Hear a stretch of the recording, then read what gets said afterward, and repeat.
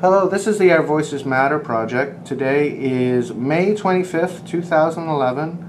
We're at the Belmont House. My name is Graham Hooper, and we have Cecil Brooks here, who we are interviewing. How are you doing? Not too bad. And how are you, Graham? I'm good, actually. No rain right now. Maybe we could start with you just telling me where you were born and what your childhood and school and family was like. Yeah, well, I was born in East Preston, well, in Halifax, but I lived and grew up in East Preston. School was interesting because the elementary school phase, the school was just like not even a block from my house. I could go home for lunch and stuff. It was great. And then you got to meet all the other kids in the community type of deal. And so the community was sort of knitted like that. And then after that, we went to junior high, and that is when we started intermixing with other kids, right? Like the white community type of thing, which was an interesting experience, right? But growing up was interesting. And it was dealing with later in life finding out that you have an illness, like bipolar, for example, right? You live your whole life a certain way with the illness. And then people just learn to accept you certain ways, right? So you found yourself changing for each person you met just to accommodate them.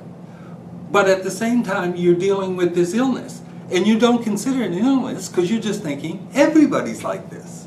So along you go through life, and I found life very interesting, entertaining, and went through high school and stuff. Met a lot of interesting people. And when coming from a black community, now, when I didn't discover this until later in life, like this thing called racism. Now, because of this thing called racism, in the black community, it creates a whole different type of illness. Let's say, for example, you get the guy that goes to work every day, out in the community, like the white community type of deal, but comes home every night and beats his wife. Because you know what I mean? Because he can't deal with the racism, so he blames it all on her. Or they become alcoholics. Yeah, which is like, they self-medicate type of deal instead of dealing with the illness. Now, that's okay for them if that's their choice, but your kids see this. And your kids take a whole different view. They're like, I don't want to end up like daddy. So they become against that community, the white community. So instead of advancing in school, they quit school early. They get into the drug community. And that's where they identify. Like, for example, look at all the shootings and stuff that's going on lately. Yeah. Did your, you mentioned school and that at an early age. Do you have a good relationship with your parents? You mentioning parents? Well, there were seven of us in the family, and I was the second oldest. So it was sort of like, mom and dad both worked. And so as you got older, you became like the babysitter for the other kids. So it's not that you resented your childhood. We all lived in a small community, right? And I live on Brooks Drive, so that gives you an indication of how large the Brooks family is in Preston. But on this particular street, it's all of us. So we had like an extended family. So you would be either up at your uncle's place or over at this aunt's house, or this aunt's babysitting you while she's babysitting. So it was like a big community. It was one large family. So when you ask me, did I get along with my parents, it's an interesting question, because it was like, I didn't really get to see much of them until later in life. Right, so you were sort of, you were with your parents, but raised by the community. Yeah. And when it's good, it's really good, and when it's bad, not so much. Right? Yeah. Gotcha. So, back to the illness in high school and stuff. You had mentioned that you felt different and stuff. Did you think anything was wrong, or was it just simply you thought everyone was like this? I just thought everyone was like this, and so when people would ask me things like, you become really insightful during the manic phase, so when people would ask you stuff and you give them answers, they were like, oh, and you're looking at them, it's like, how come you didn't know this? Or do you see people go into relationships when you're warning them not to type of deal, that it's not going to be good for them, and they do it. And then all of a sudden they want to come back to you to ask for a way out. And it's like, I can't help you. Understood, yeah. When did you think, I mean, saying life was pretty good, and then obviously intermixing with Cole Harbour and such like that, is when you discovered, you know, the different cultures, the white culture, the black culture, and you have said how it affected and changed things, you know, people dropping out, and it had a negative effect on your culture or your community. Where did you go when you sort of had this revelation, and, you know, were you resentful of the white community, like you had mentioned some people were, or did you take to a higher road, or were you more concerned with your illness and what was going on with you? Like, when did you start really thinking things were a bit off? Well, see, I noticed things became a bit off when I was 28. And that was when I had a manic episode where I was hospitalized and all that and stuff. And it was like, at that time, there was no, you're bipolar. It's you're psychotic, take this drug. And you found yourself laying around counting the ceiling tiles, the holes in the ceiling tiles, and you're like, this isn't healthy. No. And it's like, coming from the black community who accepted you as you were, it was easy to get away from that. So like when Dr. Ewing said to me after a week and a half, you're going to be here a long, long time, I left that day because I had the community, my parents and family come get me. So they had a sort of unconditional love for you however you were. However I were. When you brought up, well, you say the psychotic episodes or the hospital or your bipolar, finally using these sort of medical terms and the medical history, were your family still accepting of you? Or did they not want to talk about it? Well, see, especially going into a manic phase, when you go into a manic phase, you would tell people about themselves because you become so insightful, and that started scaring people. And then all of a sudden it became, okay, maybe it is something wrong with him. We better get him back to the hospital. They sort of drew their own conclusions. And then you end up back in the hospital trying to explain to the hospital what's going on. And they're like listening to everybody but you. Gotcha. And then all of a sudden, the next thing you know, you have to do 7 days. Because you have been certified for 7 days. So you sit there and you do the 7 days. And the second time in, it was like, hold on, I'm not taking any medication. You know, I'm not doing anything to endanger anybody, and I'm not hurting anybody or myself, so I don't have to take any medication. Exactly. And my favorite line to them always was, you can go get your male staff and you can all come down and give me a needle, but when I get out, I have friends that sell drugs too, and I will come give you a needle. Yes. So you better send a psychiatrist, right? Absolutely. Because I found that so invasive. It's like I spend half my time trying to stay away from the illegal drug trade, and now I'm being forced into, yeah, prescription drugs. Now you said you were first hospitalized at 28, and I remember when we were talking earlier, when we were talking before, you had said that you'd always worked. So when you finished school, or got through school, did you start working in your early 20s or your teens? Yeah, I graduated at 18, took a 2-year business course, and then went to work for a company called Wajax. They sold cranes and forklifts and stuff like that. It's material handling equipment. And that, when I was working for them, it became apparent that I wasn't going anywhere. So after a couple of years, I had to ask them, and they said, this type of industry is not meant for a black man. So I quit, and I went back to school, and I took up nursing because I said the government can't be that. The government, if anybody's going to be straight, it's going to be the government. Boy, was I wrong. So I may have this out of line, but you had said there was a human rights thing. Should we? Is that involving the government situation, or no, is that later? Should we wait till we get to that? Is that a little when you were? But it depends on where you want to go, because we can go there and then go revisit other areas as. Okay. Or did you want to keep it in a line? I think if we keep it in a line, and then we can talk about it when you get to that point. So at this point, you've been hospitalized twice. Yeah. You're not liking the medication. No. You're aware there's stuff in the community. People don't quite know how to take you as they did before. Yeah. So after you got out of the hospital second time, what happened? What happened was I sort of lazed around and did nothing, because and must be the depression that they talk about bipolar, because I never really did get depressed. I would get to a point where it's like, okay, now I got to start from scratch and do whatever. What am I going to do, right? And so anyway, I ended up getting a job working with the Coast Guard. But in the meantime, you're getting drawn into the drug community at the same time because you're at the bottom. And all of a sudden it's like they're looking at you saying, see, your education has done you no good. Look at what we've got. We've got cars, we have houses, and you have nothing. All the temptation in the world. Yeah. Did you get involved? You can answer it or not, but did you yield to the temptation of getting involved in that, or did you pretty well stick to work? No, I dabbled in it. Dabbled in it. Yeah. Knew a lot of people in it. Yeah, and sort of benefited. Let's say I could go to you're in the trade, and say, listen, I need a lawnmower. Gotcha. And then all of a sudden, 2 days later, you show up at my place with a lawnmower and charge me $40. Right. So I've always maintained that type of connection with them because I understand where they're coming from. And much so more so now, after the Coast Guard case and stuff, right, than I did to begin with. Because in the beginning it was like, it's your fault because you didn't get an education.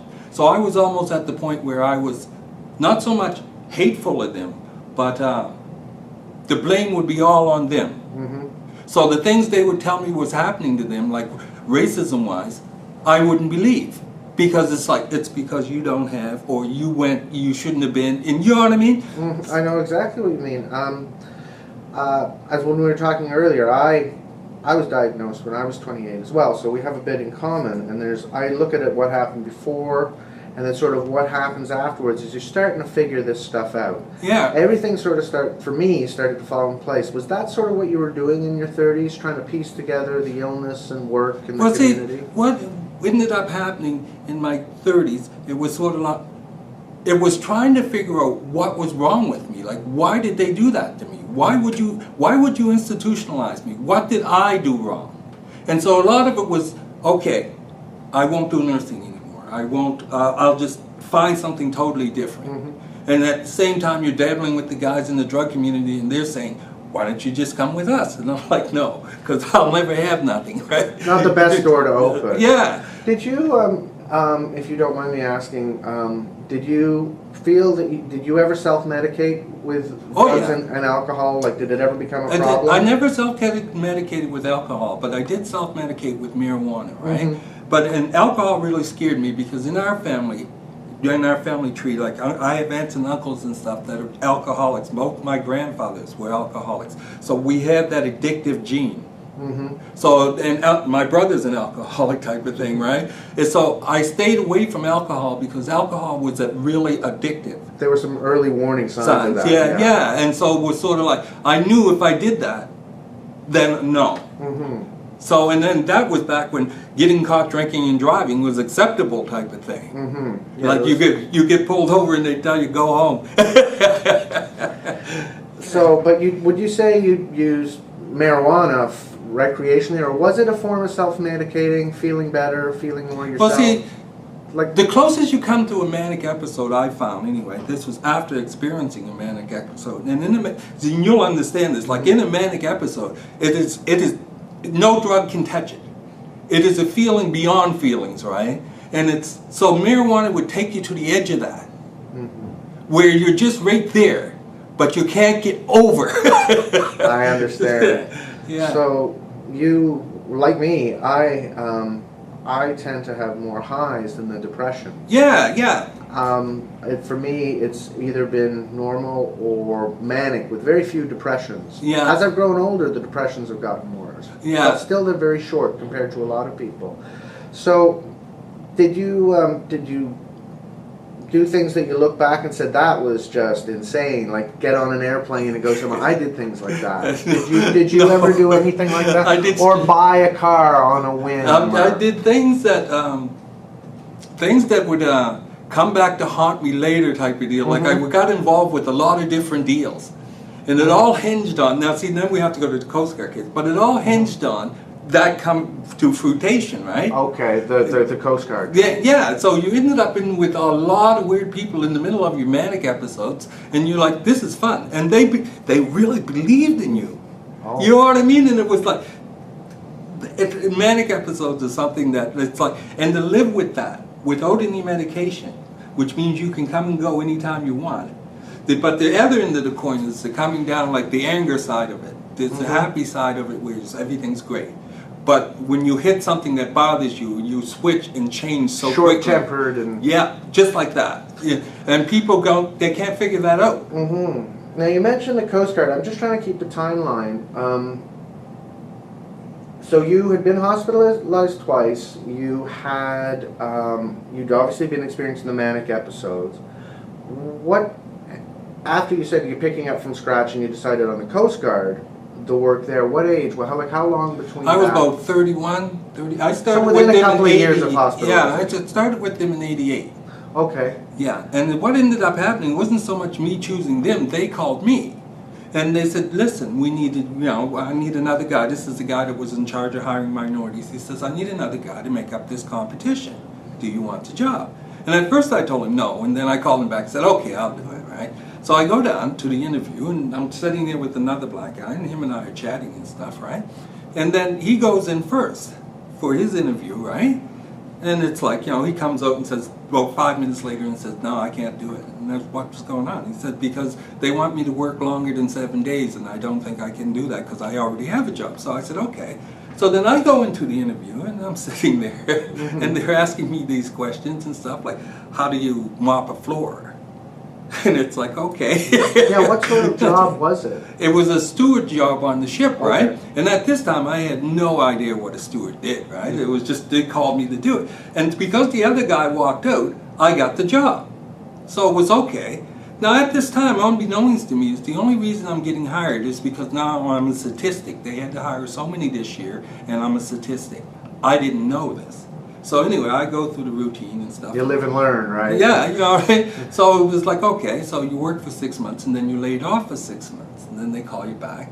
So we do a competition, another competition. Now white guys are involved. Unbeknownst to me, I'm just a statistic in this. So I placed something like number 6, and I'm quite pleased with it, considering I have only been working a year, right? Now I'm going through the system, and as I'm going through, I'm teaching guys stuff like how to make a bed, how to strip and wax a floor and stuff like this, because they never did it before. They were always doing it with a pole and a scrub pad, and the machine was total, no, don't touch that, you'll break your back. It's like, what are you talking about? So I teach them all this stuff, thinking next competition at some point I will, you know, move on. And it's like, that chance never came. And then at the last competition that I did, and I did 3 with them, right? And at the last competition, the girl that placed number 1 never did the job before in her life. And she places number 1, and she worked in the office. Apparently she was sleeping with, now don't quote me on this, but the guy that ran the competition. So I had to grieve it. So there was bias. Yeah, I had to grieve it, right? So I ended up grieving it, knowing that, like, and I talked to the other black guys there before I had done it. There was only like 5 of them. So we all talked, and we knew then that I was going to lose my job no matter what. If I say it, I'm going to lose my job. And I looked at them and said, if I don't say it, I don't have a job anyway. And what was because you were obviously on the ship and you were away for days, am I correct? Yeah. What was the culture on the ship? Like the culture between the different races, the white, the black, the men and the women. Was it a good culture? Or was it a sort of a toxic culture? In that type of environment, and especially like you're going away for like 15-week stretches and stuff like this, if you're not mentally stable to start with, right, then that comes out later. So you get, let's say, women that are in that environment because this is their way of getting attention from men. All of a sudden, if they work with you, all of a sudden they get away with stuff that you can't get away with. Okay, and then you're dealing with a crew that is, let's say, one black, me. So it's sort of like, okay, this is my job. This is what I will do for the 15 weeks, and that's it. But when I come home, I want to immerse myself into something different. But it was like when I went to church when I was 16. This is when I started high school. I met these white guys, and we hung out together and stuff, and we started going to church. And it was interesting to see the black person's view of God and the white person's view of God. Because the black person's view of God is like, he's there. And he has to be there because we're here. You know what I mean? Because before my great-great-grandparents and stuff could read or write, they believed in God. And because they believed in God, we are here. I am here type of deal, right? So it's like, when I went to the white view of God, it was sort of like, all you have to do is say you're accepting. It's like, what? whoa, it's a little more complicated. No, you guys got it all. And then I started going to church with them. So from about 16 to 20, I hung out with them and went to Bible camps with them. And I got a really... The white community? Or? Yeah, the white community. So I got a really good understanding of what the white community was all about. And as long as I went to church, things would happen. Like you get summer jobs and stuff like this, good guys in the church and all. The community. The church. You're in that little clique. All right. So then there was something wrong. There was something seriously wrong because things started happening, right? Like, you know, the guy that was in charge of the young people was now fooling around with the young girls type of deal. You know what I mean? And there were alcoholics there and drug addicts there. And it was like they weren't having any fun with their God. So, okay, I go back to the black community and say, okay, guys, what's up?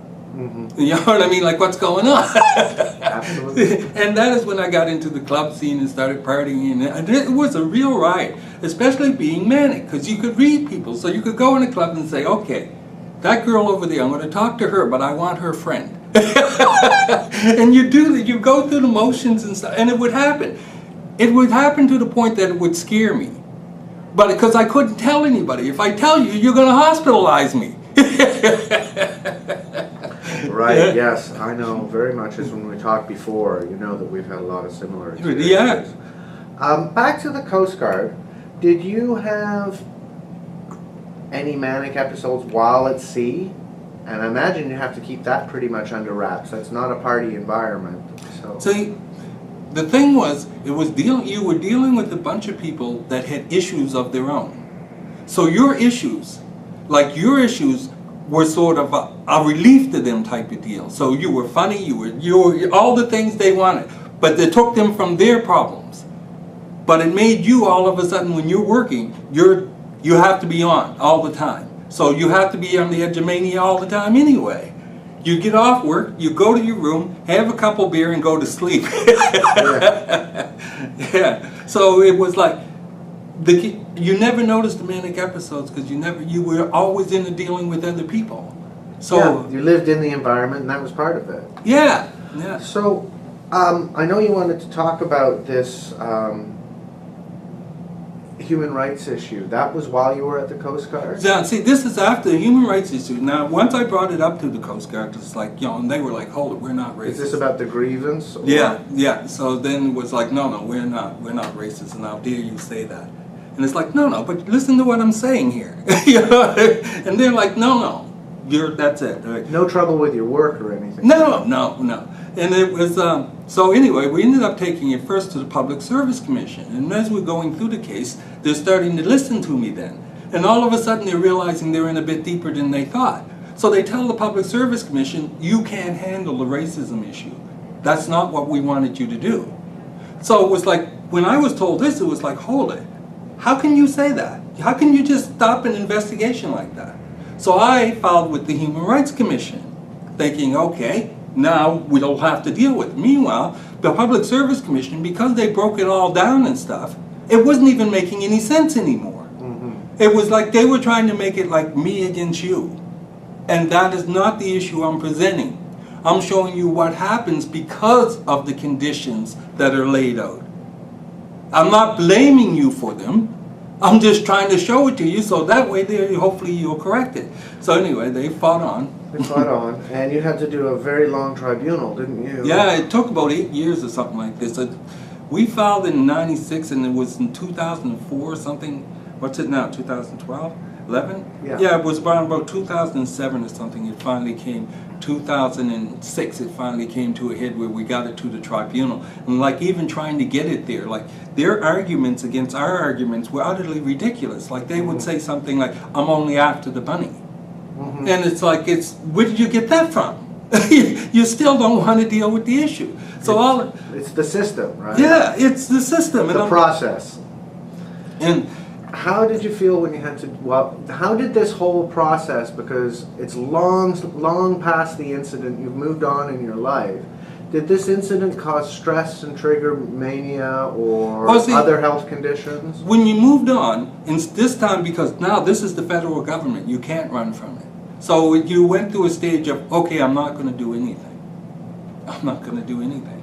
I'm just going to do whatever, and I will go do odd jobs for you, Graham. I will go do odd jobs because I owned my house. I didn't have a mortgage and stuff, so all I had to pay was the bills. And I could get money from here, and I could get money from there. But all of this time, I kept telling people, I will pay you back when they pay me. And it's like, once you understand the case, you understand they have to pay me, right? Because they're not going to give me the job, because if to give me back the job would have meant, okay, now I'm in your face, and you have to advance me. Mm-hmm. Unfortunately, some of the black people they hired were incapable of advancement because of their attitude of hiring. They wanted subservient. So what's ended up happening, they tried to advance those people to prove I was wrong, and it fell flat. I see. This is a very complicated and long situation. To fight the situation, you have to, because especially if you have kids, because what ends up happening is you have black people that would look at this type of situation when I was doing it and saying racism doesn't exist. And it's like, okay, now I know you have a problem. It's like, how are you going to deal with it? Because you're obviously denying it. And that denial is causing problems with being your relationship, with your kids. And see, then the kids all looked at... Oh, did you have a family by this point in time? Oh, I had a son. Yeah. So, looking at it, it was like, if I didn't fight, then what was his future? Somebody's going to have to do it, right? And so it got to the point where we went through the tribunal phase. And during the tribunal phase, I was definitely manic. But it didn't seem to matter to me at the moment because they were like you were. Just ask me questions and I would answer. If you're not lying, it doesn't take any effort to stay manic, right? No. So, now you had said when we last talked about hospitalization, you left the second time without medication. Did you go back to the hospital? I was back now at the beginning of the Coast Guard case thing, right? That was when I went back again. I ended up back in the hospital. This time they had to come and get me with the cops and drag me out of the house, take me down to the hospital. So when I get there, now I am pissed. You know, so that was when all of a sudden the needle thing started happening, and it was like, do it again, I dare you. And so I didn't have to take any medication because I wasn't bothering anybody. So basically after 6 days, this time they told me I could go, and it was sort of like, if you certified me for 7 days and you're looking at me right now telling me I can go, you better give me some medication. Because there better have been an excuse for me being here. And so they ended up giving me the medication. I never took the medication. Go back to see the psychiatrist 12 days later, and he's more mad at me because I didn't take the medication. And I'm trying to ask him, why would you want me to take that? Like, what am I doing? What's the purpose? Yeah, and there was no answer, right? So all during the Coast Guard thing, once that started, it was sort of like, once my eyes opened up and I saw the racism, and I saw the damage it was causing, not only in the black community, but in the white community too. Because it's sort of like, when we went to school, all we learned was white history. Now they have what they call a transitional program where they teach that, but it's at the community college. And it's given to kids who have dropped out of school and stuff like, it should be in the high school. In the regular curriculum. No, yeah.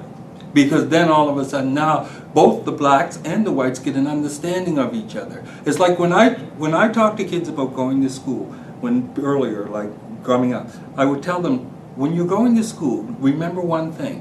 You are learning about the white man. That is all you're there for.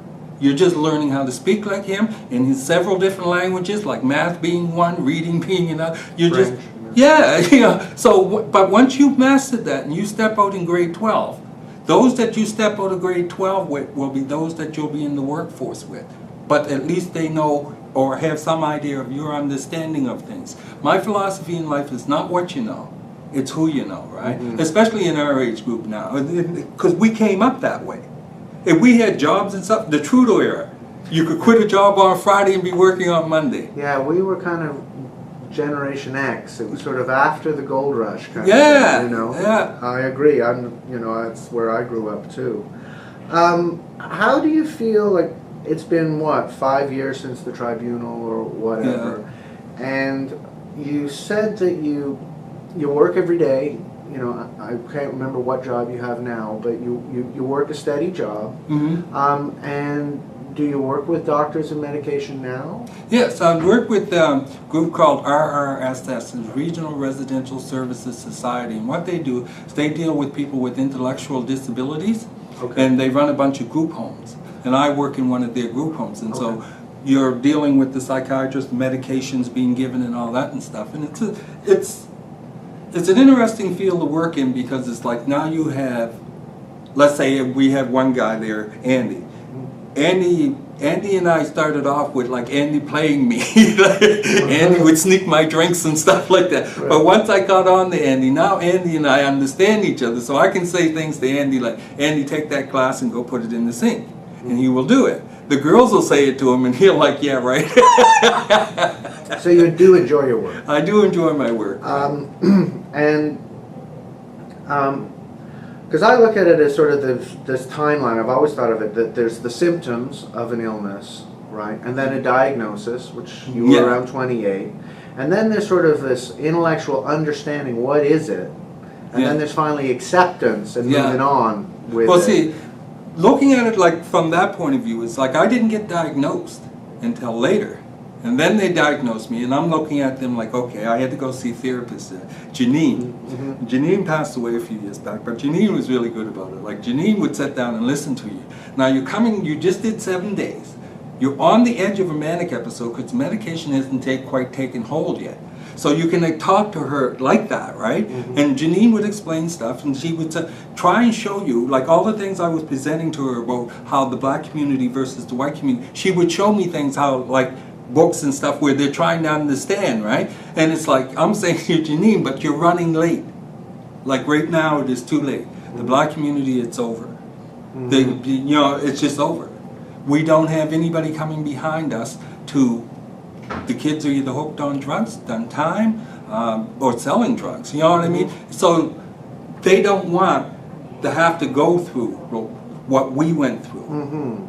So they're creating a whole nother path for themselves. It's a different set of responsibilities or priorities. It's a different set of mental health.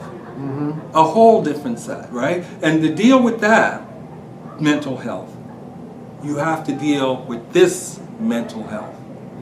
Like, for example, myself, because I went through all of that and stuff, my son would not hesitate to ask for help.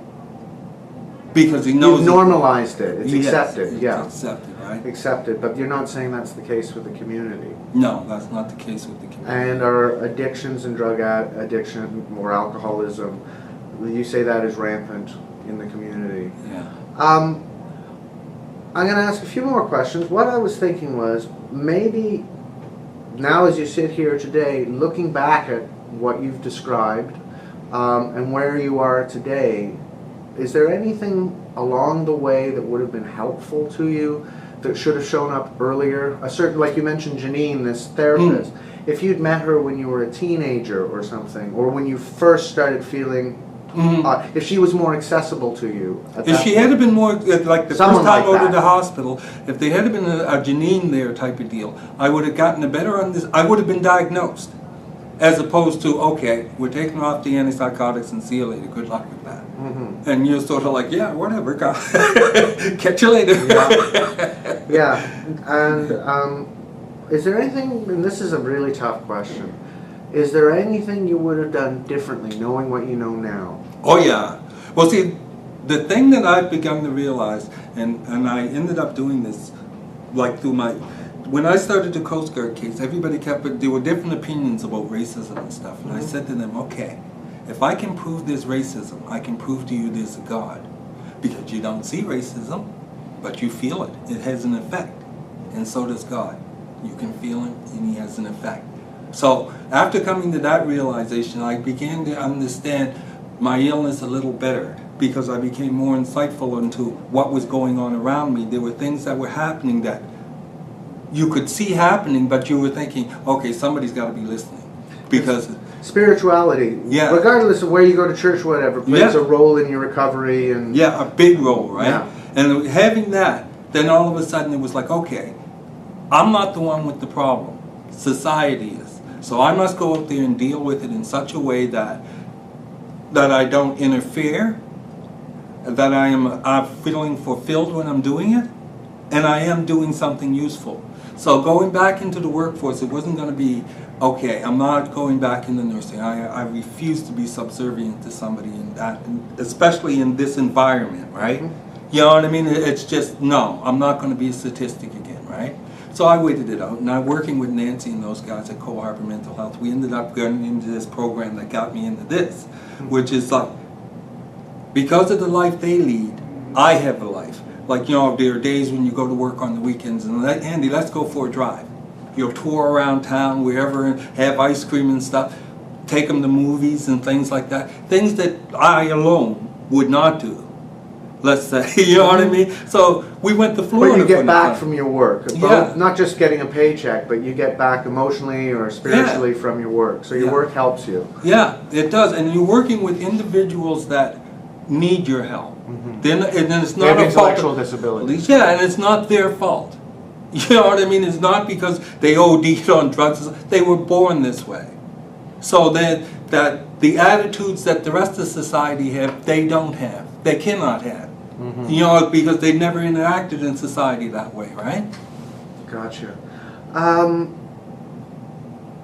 Before we go on to another thing, is there any other points, sort of chronologically, in your childhood or in your early, you know, in your 20s when you were a younger man, are there any other sort of critical points of your life that you sort of said, aha, and your eyes were open? Like you talked about when the communities mixed for school. You talked about your work experience. Was there any other particular big incident in your life that, from the perspective of your mental health, anything else that really changed your understanding of it, like in your 30s or earlier? Well, see, in the 20s, when you started to realize it, first off, you realize that there's something different here. But at this point, you're in the white community and you're thinking, okay, it must be because I'm black. So when you go back to the black community and then all of a sudden it's like, guys, what's up? You know, why do I feel this way? And they were like, by this time, my cousin had been gone to jail and stuff for things he hadn't even done. So him and I got together, we started hanging around together and stuff, right? So we would both work all day and stuff, and every Friday we'd get together and take a hit of acid. You take a hit of acid. Made it through another week. Yeah. Oh, that's great. I'm going to ask you just a couple of questions that aren't so much chronological. It's just like, with your experience, and you mentioned, you know, people like Janine, the positive parts of your experience. Life now, how is it? Life now is, it's interesting. You're living a life that, it was like when I was on 15 milligrams of my medication, right? I was at a point where it was like, there's no point in living. Like, I might as well be dead. I mean, it's like, yeah, I know there's a God type of thing, so I might as well cash in. But killing is a sin. Yeah. So it's sort of like I had to go to move to them and say, listen, this isn't working. You were over-medicated. Yeah, and it was like, now they cut it back to 10 and I am what you see, right? Mm-hmm. With a cup of coffee or two. Yeah. Relationship with a psychiatrist or your doctor? Mutu and I have an understanding. Now, our understanding is, I'm not quite sure of this bipolar thing, because it's like, we all can end up bipolar. It's just a victim of circumstances. Stresses. Or some of us get to a point in life where we don't grow any further because we saw something we don't want to see. Or experience something. But it's sort of like, it's okay to go see a marriage counselor, so why isn't it okay to go see a psychiatrist, right? Stigma. Do you feel yourself, I mean, because there's stigma within society which is getting talked about and slowly getting addressed. There's stigma within families and in communities. Do you feel a self-stigma? Like, why is this wrong with me? Like, were you hard on yourself? You said you often had to act for different people. You couldn't be your real self. Do you see that as a kind of sort of self-stigma? Yeah. But see, what I ended up doing is, like, the last go around, it was like, now when I go home, I tell people, it's like, if my outside light is off, don't bother me, right? You know what I mean? If the light's on, you can drop in or whatever. Don't drop in with your problems. I don't want to hear them, right? So you have ways of staying well. You've got, you need your sleep, and you need... Yeah, and you need to have that time where it's like, you can just be you. Have you ever played Hearts? Oh, yes. I play Hearts on the internet a lot. Yeah. You just need, my wife calls it goofing around time. She'll do something mindless and I do the same thing. Yeah. You know? Just something mindless. I clean the house at times like that, or I sort out my old records or something. Just something mundane, or I'll play a game like solitaire on the computer. Yeah. Just some quiet time. Yeah. It's kind of like meditation time. Yeah. I do Qigong, which is like a moving meditation. It's not complicated like Tai Chi, but that's what they call it. And it just brings you back into who you are. Yeah. And I often find that's great, but mindless task. If I'm going to go weed the yard for the afternoon, it doesn't matter really if the yard's weeded or not. But I find that those quiet times, and it needs a balance for me. Yeah. Do you find that? I find that my home life now has become my balance. Like when I go outside the door, I'll go for coffee with girls and go to movies and stuff. But when it comes to going back to my places, no. At Cecil's place. Right? Yeah, and to have somebody invade my space. Like, for example, I have to do some painting right now. I have to paint the inside of the house, and I'm trying to choose new colors. And the different girls are saying, I know what I do. And different people are saying, I paint. But guys, you don't understand. I'm looking at it from a wholly different point of view. So you've sort of empowered yourself to take charge of your own life, and the illness is part of it. Yeah. What you need to take care of yourself. And that's a really positive thing. Do you have people, like I know when we talked on the phone, we had a great talk, but do you have other peers or people who suffer from bipolar? Do you ever go to support groups or have any other people? No. The one that I see my therapist, Nancy. Nancy every 2 weeks, and Nancy and I sit down and have great chats and stuff. But Nancy is the person where I can dump on. She's like that surrogate relationship where it's like, it doesn't matter. I can come here and say whatever. And even if it scares you, it doesn't matter. It's good to have those Nancy's, isn't it? Yeah. Is there anything, because I think I've got a really good grasp, and I'm sure there's lots more, and we may get together again. But is there anything that you would like to say to people who have gone through, say, mental illness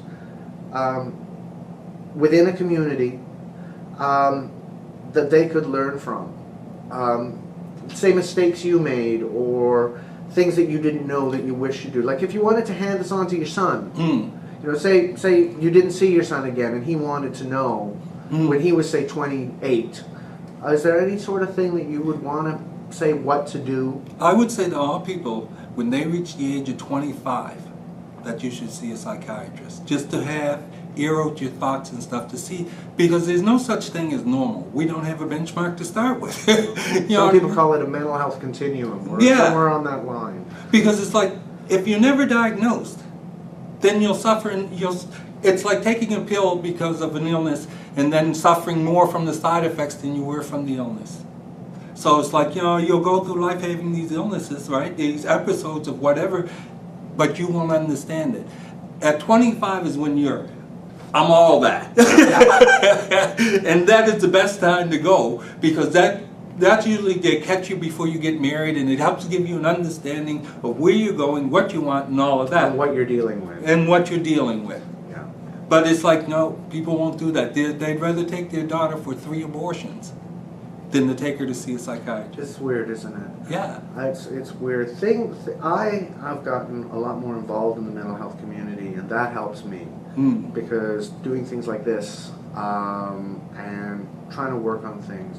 Are you involved in the community at all regarding mental health? I know not your job, which is dealing with intellectual disabilities, but how, for example, did you know Susan Roper? Well, see, I knew her through Nancy. Okay. Nancy and I get together all the time, and Nancy, through Dr. and Dr. Mutu, we get together. When we get together, it's more like, okay, like, for example, the tax break. Do you know about the tax break you get? Well, I didn't know about that, right? So I'm working away and stuff like this. And then Nancy says, listen, and she explains it to me. We fill out the forms, send them off. Next thing you know, you get this huge tax break every year that everybody's wondering where you get it from. Because it's like...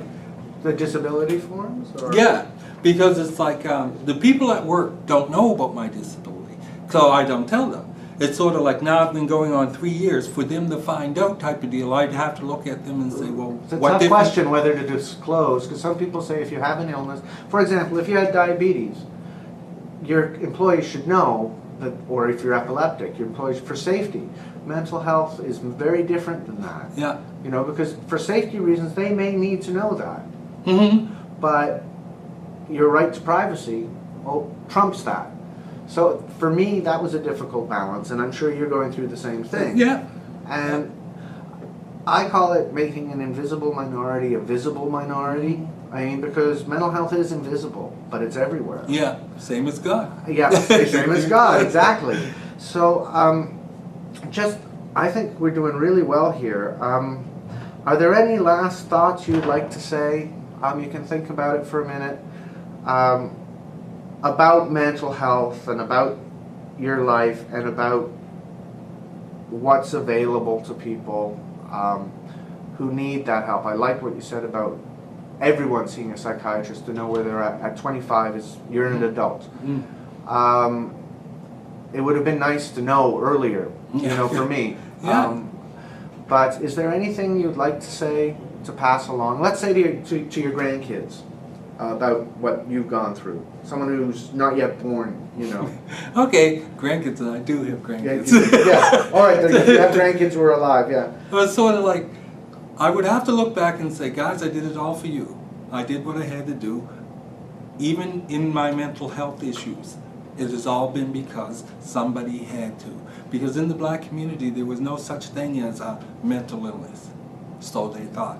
So they dealt with all of this internally. And you had the guys that had come home and become alcoholics and beat their wives type of deal. You had the guys that had come home and just did become depressed, and nobody could figure out why, right? And then we did have a couple of suicides in the community. So when you look back at all of this, remember, everybody has a mental health issue, whether it's visible or not, right? So we all deal with a handicap, right? And being black, we deal with it even more. So it's like you either get help or help will have to come get you. You know what I mean? Because it's like a lot of the kids end up in crime and stuff like that, and it's not necessarily their fault. But once they go off to jail and you don't get them the help, the mental help that they need, they just come back and become a worse criminal. I have friends my own age who have become institutionalized.